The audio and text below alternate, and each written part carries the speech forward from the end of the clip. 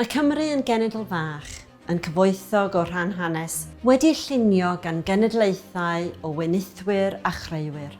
Dyma wlad a helpodd i ffurfio'r chwyldro diwydiannol, a heddiw gwlad sy'n helpu arwain y chwyldro yn ei gwyrdd. Cenedl wedi ei adeiladu ar waith caled, tecwch a gofalu am ein gilydd. Daeth datganoli gyda addewid. Addewid i ddod â'n penderfyniadau'n agosach at bobl, i adeiladu gwasanaethau cyhoeddus cryfach, i rhoi cyfle i Gymru fyny. Nid yw'r addewid hwnnw wedi ei gadw, nid oherwydd bod datganoli wedi dyngedu o'r dechrau, ond oherwydd bod llafur wedi methu a llwyddo. Heddiw, mae Cymru ar groesffordd. Mae'n gwasanaethau iechyd gan straen gwirioneddol.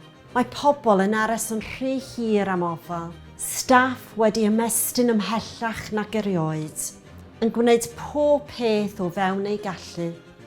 Ar draws y ffin yn Lloegr, gallwn eisoes weld y dyfodol yma Reform UK yn ei gynnig. Toriadau i wasanaethau cyhoeddus, arweinydd sy'n cefnogi ar gored ddiwedd ar y gwasanaethau iechyd fel y gwyddom ni amdano. Nid yw hynny'n risg y gall Cymru fforddio ei chymryd. Ar yr un pryd, mae Plaid Cymru eisiau mynd ar Chymru tuag at Annibyniaeth. Prosiect costus. Miliynau wedi gwario ar dorri i ffwrdd cannoedd o gwestiynau am ddyfodol ein ffin, masnach a lluoedd arfog heb ei hateb. Mae pob punt sydd yn cael ei wario ar Annibyniaeth yn bunt sydd yn gallu ei dynnu oddi wrth ein gwasanaethau cyhoeddus o ostiwng biliau i fynd ar afal ac ar gyfyn costiau byw. Yn etholiad nesaf y Senedd, ni fydd unrhyw blaid yn ennill mwyafrif. Bydd dyfodol Cymru yn cael ei benderfynu gan pwy sy'n dal y cydbwysedd pŵer.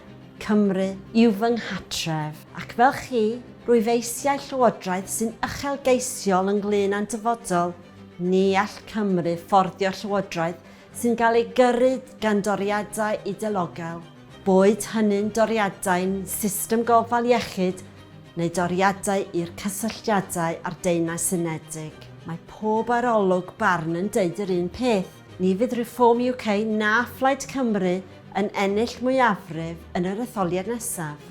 Sdim ots pwy sy'n ennill. Mae pob pleidlais dros Democratiaid Rhyddfrydol Cymru yn ffordd o rhwystro cynlluniau plaid am Annibyniaeth ac am amddiffyn ein gwasanaethau iechyd rhag Reform UK. Bydd Democratiaid Rhyddfrydol Cymru yn cefndir. Byddwn nhw'n defnyddio ein safle i atal greddfau gweithaf pwy bynnag sy'n ennill yr etholiad nesaf. Byddwn nhw'n sicrhau nad oes ceiniog yn cael ei gwario ar cynlluniau ar gyfer Annibyniaeth ac nad oes ceiniog yn cael ei chymryd o'n gwasanaethau iechyd. Mae angen uchelgais ar Gymru.